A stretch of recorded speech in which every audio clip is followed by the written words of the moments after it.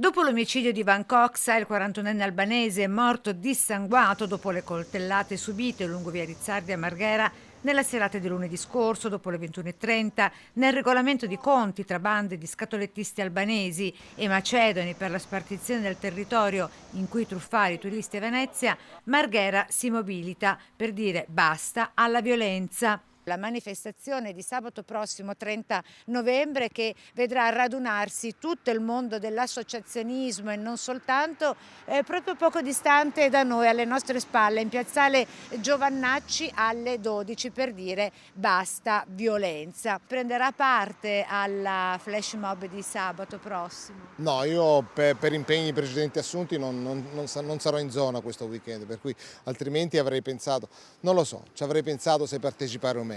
L'assassinio per strada a 2 mesi dall'uccisione di Giacomo Gobbato, 26 anni, accoltellato mentre cercava di difendere una donna da uno scippo, stavolta a Mestre. Senza contare le decine di accoltellamenti da inizio anno ad oggi e a settembre, l'investimento in via Piave con un SUV di 2 senza tetto con problemi di tossicodipendenza da parte di un commercialista mestrino, esasperato, che prima le ha pure presi a colpi di martello in testa. Insomma, un'impennata di criminalità e di episodi di violenza oramai sistematici e sempre per questioni legate alla droga e al controllo del territorio.